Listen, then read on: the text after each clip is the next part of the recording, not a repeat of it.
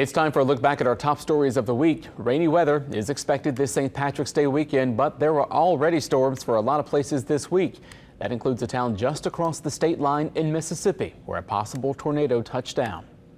There were also questions from New Orleans city leaders about the proposed new headquarters for the police department.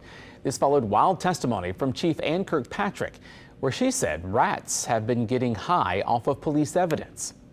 And finally, we spent more than a year documenting two black masking Indians in New Orleans as they created their iconic suits.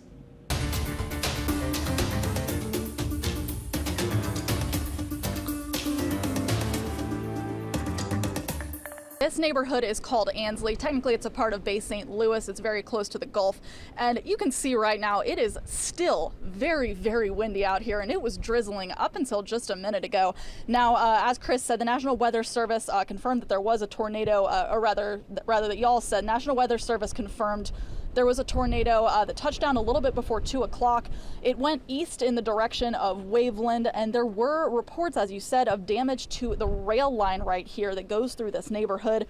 What we heard was that there were trees and maybe a train signal down by the bridge, the railroad bridge that crosses the Pearl River on the state line. We can't get close enough to check for ourselves because this area is mostly bayou with just a few roads cutting through it. But the good news is whenever we were coming in, we didn't see damage to any houses. Now, we are standing on the second story of one of those houses, and it's raised on stilts. The man who lives here is the one who saw this tornado. We talked to him just a second ago, and this is what he said.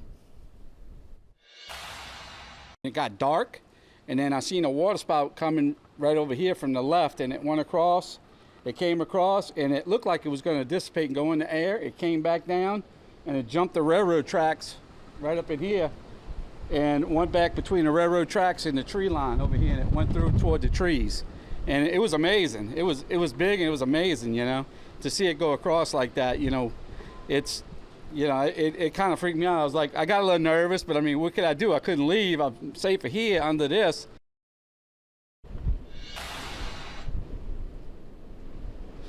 Now, we'll keep driving around checking for damage over here, and we'll also let you know whenever the National Weather Service officially says how strong this tornado was. In Ansley, Rachel Handley, WWL Louisiana.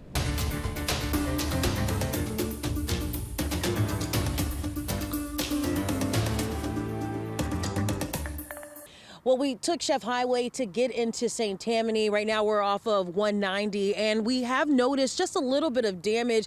It seems like there was some kind of straight line winds or something that has knocked a lot of branches over. Across the street here at the Tammany Mobile Home Park, there was a mobile home that had a tree fall into it. Also here at this home, a tree fell into almost the front door here. The homeowner tells me this is where she parks her car. She had just left the house and a tree fell. She didn't know anything about it until her daughter called and said that there was a tree in the way there. You can see that the tree was snapped almost in half. These were some very tall trees. When we arrived on the scene, there were a electric company here trying to fix the power lines. They have a temporary fix now, I'm told by the homeowner. That tree went into the glass of their front window there. No one was hurt in the home at the time. There was just one teenager here at the time, and they said that she's fine. 24, look, this is not my year. Not my year. But look, Maybe it'll pick up. If I knew I was gonna make a debut, I would have presented myself a little better, you know? The person who lives in the back of the house says that the winds and the rain were extremely heavy and it was very fast. And when the tree hit the home, one of the people on the back of the house said they felt the home kind of shake. So a lot of, not a lot of damage in the area, but a lot of damage to this home and a lot of damage to that home across the street in the mobile home park. For now, in St. Tammany Parish, Whitney Miller, WWL Louisiana.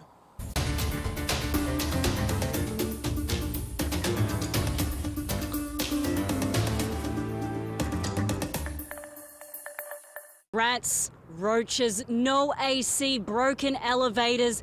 The NOPD headquarters building here on Broad Street is decaying. That's why the city is looking for a new space, a space where rats don't eat evidence.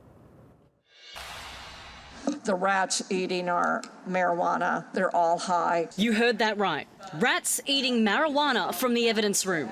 NOPD Chief Anne Kirkpatrick says sometimes staff come into work and find rat droppings on their desk. When we say we value our employees, you can't say that and at the same time allow people to work in conditions that are not acceptable. For a depleted police department where morale is already low, this work environment does nothing to boost that morale. Where you work, where you live, if it is not appropriate, is going to always impact morale.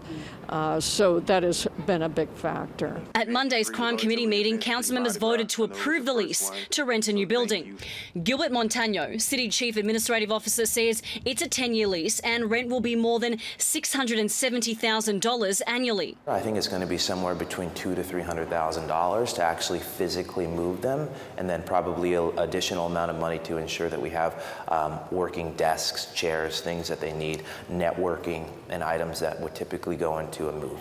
He says to fix the current HQ, it'll cost roughly $30 million, so renting a new place is a cheaper option. Some of the big ticket items, like a brand new air conditioner, brand new elevators, things of those nature, those rack up millions of dollars, frankly. The new building is on Poydras Street, opposite the Dome. Staff will be based on the upper floors.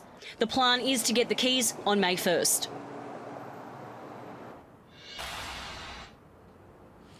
Katie, the lease now has to go before the full council for final approval. Reporting live, Eleanor Tabone, WWL Louisiana.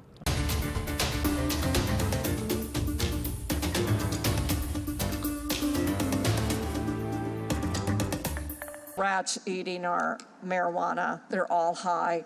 NOPD headquarters is plagued with issues. Rats, roaches, no AC and broken elevators. So the city wants NOPD out and in a new building. I'm 1,000% for a new temporary facility and a new permanent facility in the right place. City Councilman Oliver Thomas is asking why the rush. Issues inside the Broad Street building haven't suddenly started. Back in 1993, the building's AC went out. Everybody's dressing down in shorts because the heat is unbearable. We all have fans blowing on us, and even the computers, we have downtime with that because the computers are not working right. The proposed plan is to move HQ to Poydras Street opposite the Dome. As the chairman of the city's crime committee, Councilman Thomas wants to know how accessible it'll be to the public and where we'll all park. Why haven't we looked at other buildings in the community?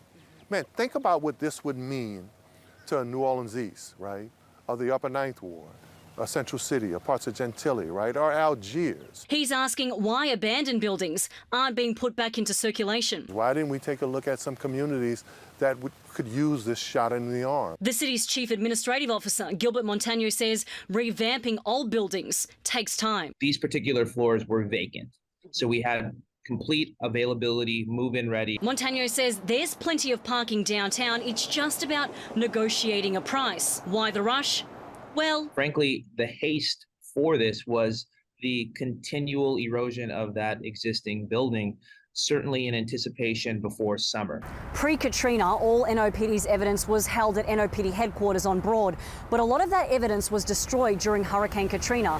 So since then, the department stores all their evidence here on Magnolia Street.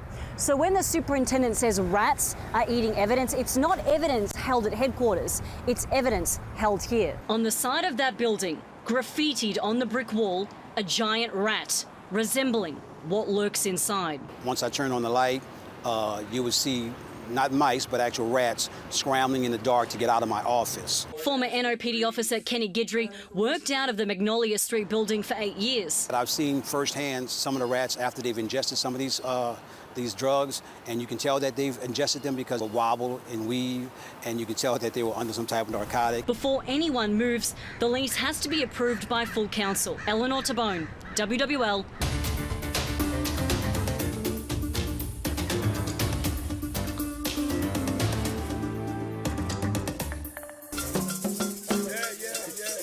Pull it up.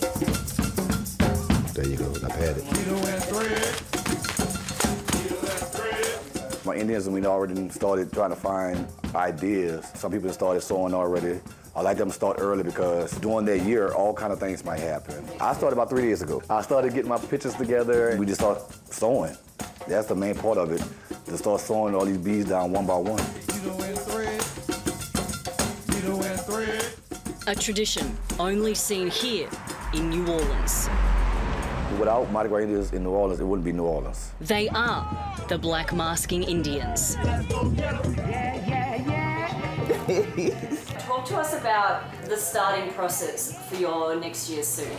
The first thing we always do is you kind of have to get a storyline. Before we pick a picture, before we pick a color, a bead size, we have to know, like, what do we want our suit to represent for the next year? As long as it's me that sewed it, I feel like it's my work. Every part of a Black Masking Indian suit has a meaning. By me being a nurse this past year, I kind of stepped into the warrior side of it, because as professionals, as women, as parents, as, you know, whatever in this society, we have multi-facets in our life, you know, and I needed people to see that, yes, I'm the healer, you know, yes, I come in, I kind of save the day, I kind of make people better, but I will fight for mine. Wild Magnolia gang queen LaShondra Brown, and mother to 3, is a protector.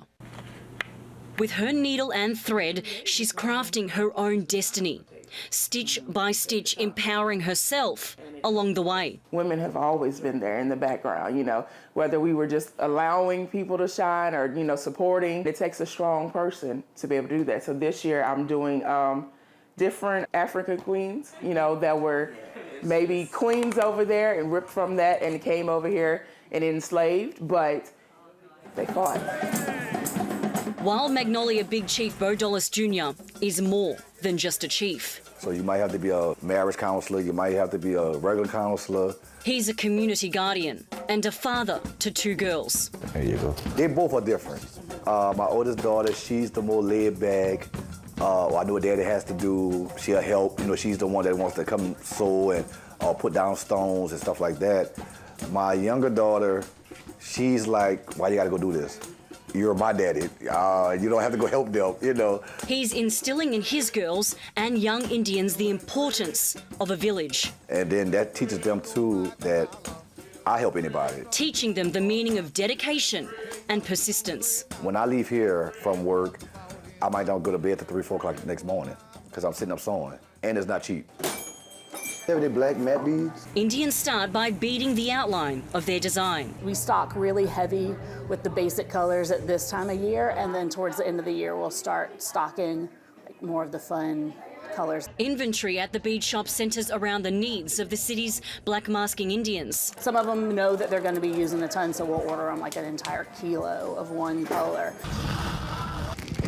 I added a generation. I wanted to show the warrior in us at every level in life. That's exactly what a mother is throughout every stage of motherhood. Warriors. LaShondra will stand strong to shield her children. To highlight that, she's decided to modify the symbolism of her suit. I have to include the warrior of the past, present, and the future. He can look at all them 8s. Those are 10s. Her son, 14-year-old Ja'Cory Elliott, is masking too.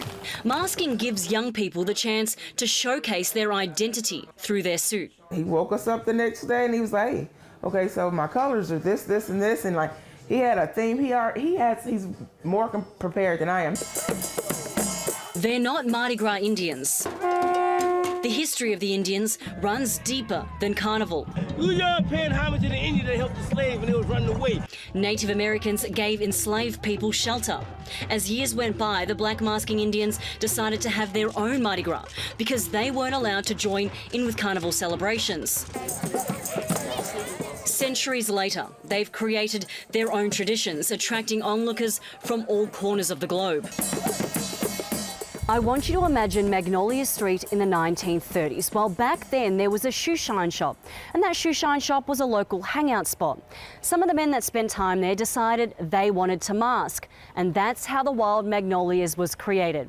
Fast forward nearly a century later, Big Chief Bo Dollis Jr. continues to preserve the culture and history of the tribe. I never saw nothing this old before. you're a different person altogether when you put on that Indian costume. Preserved in the Louisiana State Museum is Big Chief Bo Dollis Sr.'s 1971 suit. The museum brought the suit from the Dollis family, making it the oldest preserved suit on display in the country. When I came in here and saw this, it was just like, it just brought back everything for me. And seeing all the creativity he had, because even like on this headpiece, he has a hula hoop on there that he was sewing the feathers through. And I'm like, Daddy, you must really want to put this hula hoop on. Over time, the feathers faded. So in his father's memory, Bo is refurbishing his father's suit. I still see it as an honor. You know, that's my dad, but I still see it as an honor for me to be doing it. It's a commitment being a black masking Indian, but no one knows that commitment better than an Indian themselves. No, we didn't mask. I'm getting married, so when I did tell them that we wasn't masking, I was gonna let them mask. And all of them was like, oh no, you ain't masking, we ain't masking. Big Chief Bo Dollis Jr. knows one day he will have to pass his feathers on. But for now, he is chief. This is the Wild Magnolias. This is tradition. This is culture. This is history. This is New Orleans. Eleanor Tabone, WWL, Louisiana.